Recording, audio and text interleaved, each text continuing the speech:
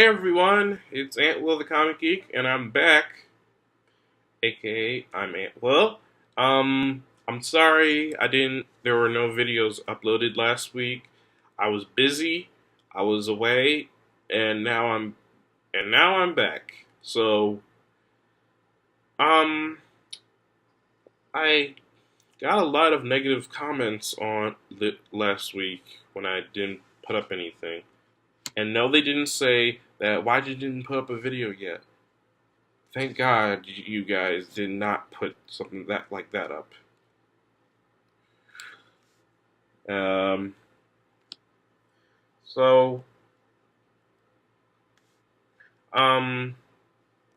was I gonna say?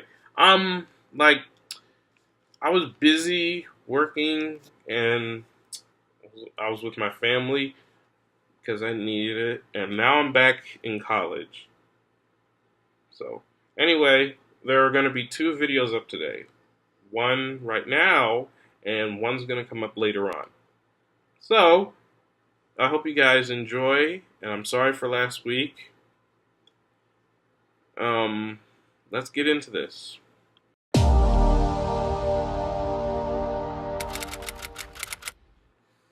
One of the most important creations in Marvel history, this team existed before Spider-Man, Wolverine, and even the Avengers. Welcome to WatchMojo.com, and today we'll be counting down our picks for the top 10 Fantastic Four facts. Why don't you strip down and have 100 people stare at you? Sue.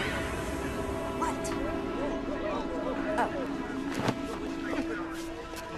I'm gonna need therapy. For this list, we are putting the focus on more real-world facts about Marvel's first family, as opposed to specific plot points that occurred in the films or comics.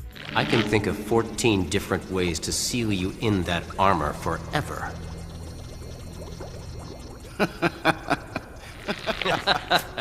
Number 10. The first comic is worth $800,000. Come on. What? 25% of $1 billion is enough to I don't get have the that rent much for a while, isn't money. it? Maybe even pay off your 4th mortgage on the Baxter building. The first issue in a series featuring a famous comic book character can make you very rich very quickly. Something that is pretty remarkable considering they cost as little as 10 cents when they were first released.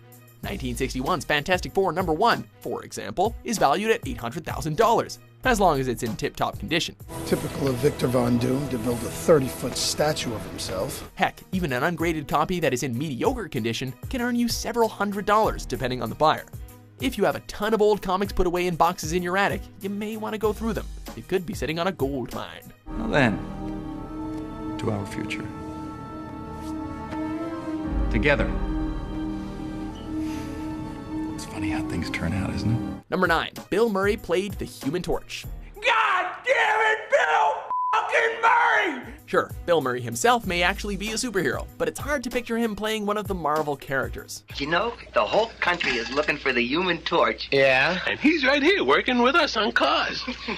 Well, I've got to do a little welding, guys, so step back for a few seconds. Flame on! Well, before he joined Saturday Night Live in 1977, that's exactly what he did. Murray provided the voice of the Human Torch in a 1975 radio show. Hold it. Leave him alone. Can't you see he's sick?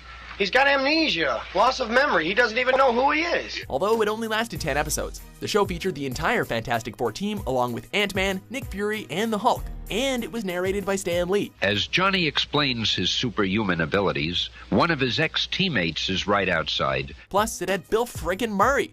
Are you the Keymaster? Yes. I'm a friend of his. He told me to meet him here.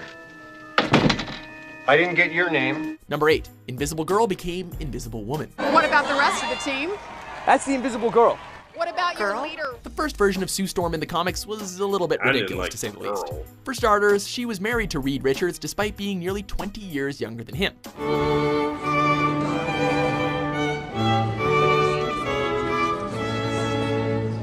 She was also pretty much useless. The writers relegated her to the stereotypical damsel in distress mode, and the other members of the team would have to repeatedly rescue her from the villain. When John Byrne started writing the book in the 1980s, however, he changed her name from the Invisible Girl to the Invisible Woman, and gave her more powers too, including that powerful force field attack, which made her a prominent member of the team. Susan, let's not fight. No, let's. Number 7. The Thing starred in an animated series. What can we do for you today, Thing? I'm here to make a withdrawal. In 1979, The Thing received his own kid-focused TV show that was part of a 10-episode crossover special. But more on that later. There were several changes to his character, however. For example, the main character of the show was a boy named Benji Grimm, who could transform into the Thing by placing his magic rings together. I gotta save those kids! Thing ring, do your thing! He also sorta needed to shout out, What? "Thing ring, do your thing," to begin the transformation. Even more bizarrely, the Thing spent most of his time protecting his friends from practical jokes. You think whoopee cushions are funny? Then it's clobbering time. Like to go for a little spin? What's happening? Attaboy, Thing. Number 6, the Thing almost met the Flintstones. Flintstones, meet the Flintstones. They're the modern Stone Age family. The Thing has had some strange adventures, to say the least, but by far one of the weirdest moments was when he shared a show with Fred Flintstones and Barney Rubble. The show was misleadingly titled Fred and Barney Meet the Thing, despite the fact that the characters are never actually together. Instead, the hour-long program featured a half-hour show revolving around the Thing, while the other half focused on Fred and Barney. Flintstone, what are you doing in my house? Hello, Mr. Slate, sir. I've come to ask a favor. You got a nerve to barge in here asking favors, Flintstone. It's for a friend of mine. He needs a job. Number 5, the movie rights may be going back to Marvel. Victor, don't do this! Maybe? There is no It should. There is only doom. You ever wondered why we haven't seen the Fantastic Four in the Avengers Marvel Cinematic Universe? Well, you can thank the suits for that, and not the superhero suits. While Marvel Studios has the film rights to many characters, including Iron Man and Captain America, it does not have the rights to the Fantastic Four, as they belong to Fox. We'd like to continue our existing relationship. It's not fair. So, if we're all in agreement, We're not. Due to the recent disaster that was the 2015 Fantastic Four film, however, all that may be changing. We want to support you, Franklin, but you put a lot of faith in these kids. I put all my faith in them. Rumors claim that Marvel has given Fox access to the properties of Hellfire Club and Legion in exchange for the Fantastic Four. If that's true, we could be seeing a recast Fantastic Family on screen with the Avengers sometime in the near future. Sue! Hey, Please, Jan. please, Sorry we keep please. missing each other. I'm begging Got stuck you. in Subterranea for a bit. Number 4, the unlicensed Fantastic Four film that was never released. I'll get the suits. You're not going anywhere without me. Ben! All right.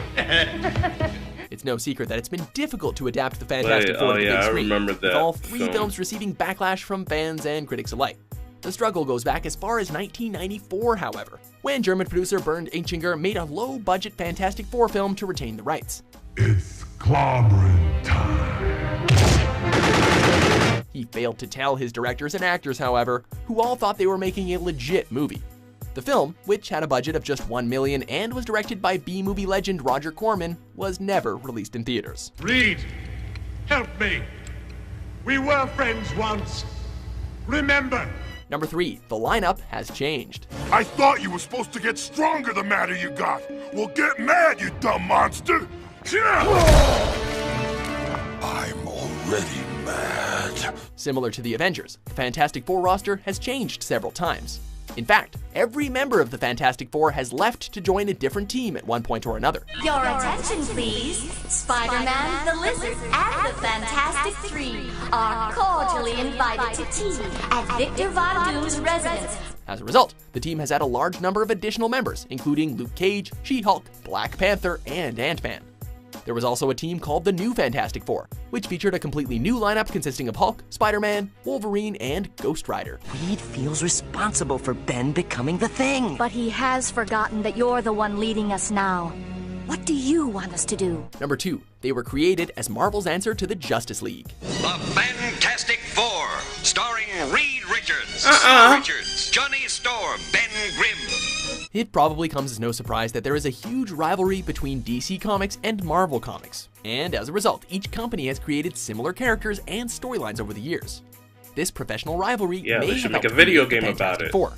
Johnny, this is Dolce.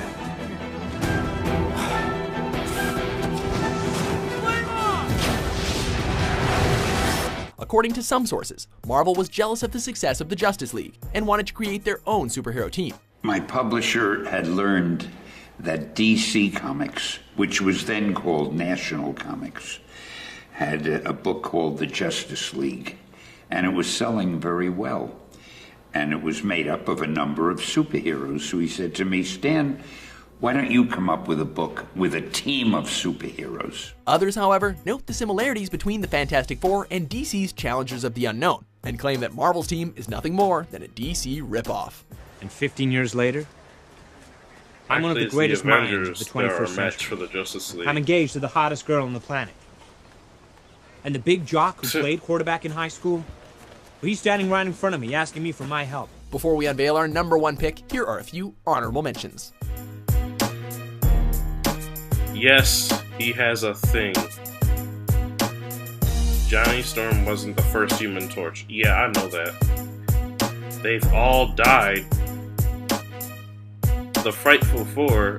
#1, they saved Stan Lee's career. I should be on that list. Name? Stan Lee. Yeah, nice try, buddy. No, nice no, try. really, Nice I'm try. Stan Yeah. Lee. Whether you are a comic book fan or not, nearly everyone has heard of Stan Lee.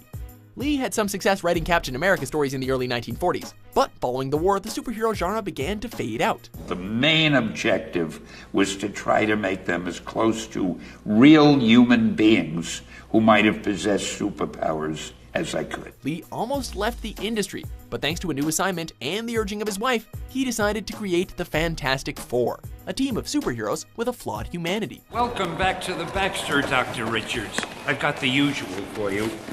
Good to have you back, sir.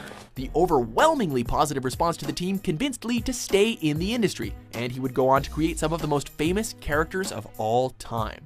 Man, I love this job. Job, huh? Well, we do have the suits. Do you agree with our list? What's your favorite Fantastic Four fact? I'm going to fix this. You can't fix this. For more great top 10s published every day, be sure to subscribe to WatchMojo.com. Ring, ring, do your thing! Please, no. I don't want to see this. No more. No more! Go.